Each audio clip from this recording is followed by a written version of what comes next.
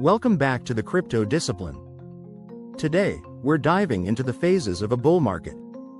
Understanding these phases can give you a strategic advantage, helping you time your investments and maximize gains during the most exciting part of the crypto cycle.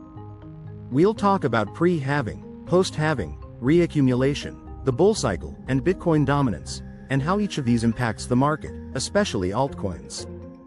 Let's break it all down.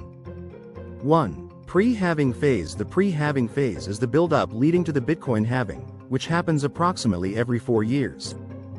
This is a period when miners' rewards for producing new Bitcoin get cut in half.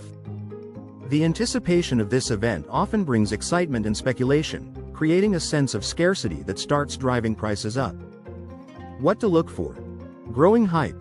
News outlets, social media, and crypto enthusiasts begin to talk more about the upcoming halving. Accumulation by investors. Smart money, like institutions and experienced investors, begins to accumulate Bitcoin, anticipating a price increase. Example: during the months leading up to the 2020 halving, Bitcoin started to rise slowly as people anticipated the supply reduction. This is often a good time to start positioning yourself in the market. 2. Post-halving phase. After the halving, the post-halving phase begins. In this phase, the supply of new Bitcoin is reduced, but demand typically remains the same or even increases. This creates a supply shock, where fewer coins are being mined and sold, leading to upward pressure on the price. What happens here? Price appreciation. Bitcoin's price usually starts to rise steadily. It's not an instant effect but more of a gradual appreciation over time. Increased media attention. As Bitcoin's price starts to rise, media outlets begin to cover it more, bringing in new investors. Example: in the months following the 2020 halving, Bitcoin's price went from around $9,000 to nearly $30,000 by the end of the year. 3. Re-accumulation phase. The re-accumulation phase is a crucial stage where investors who missed out on buying before the halving start accumulating Bitcoin. During this time, Bitcoin's price may fluctuate, but it generally trends upward as more and more people recognize the potential for a bull market. Key indicators. Sideways movement. The price moves sideways or slightly upward, giving latecomers a chance to get in. Whale activity. Large holders, whales, often accumulate more Bitcoin during this phase, positioning themselves for the upcoming bull run. Example: the re-accumulation phase often presents the last chance for investors to buy Bitcoin at a relatively low price before it begins its parabolic rise. 4. The bull cycle. Now comes the exciting part, the bull cycle. This is when Bitcoin's price starts climbing rapidly, and the entire market feels the enthusiasm. The bull cycle is marked by euphoria, FOMO, fear of missing out, and significant price increases. Key characteristics. Parabolic price increases. Bitcoin's price starts to rise exponentially, attracting media attention and new investors. FOMO sets in.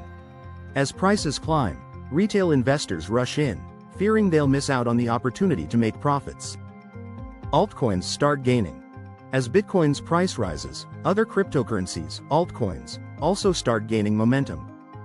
Example: during the 2017 bull run, Bitcoin went from around $1,000 to nearly $20,000.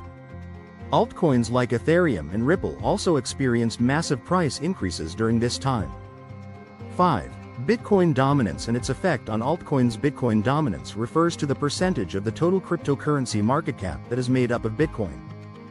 During the early part of a bull market, Bitcoin dominance usually rises as investors put their money into the most established and trusted asset first. How Bitcoin dominance works. Money flows to Bitcoin first. At the start of a bull market, investors prefer the safety of Bitcoin. This causes Bitcoin dominance to rise, while altcoins may not see as much growth initially. Alt season follows. Once Bitcoin's price has stabilized and investors start taking profits, they often move that money into altcoins.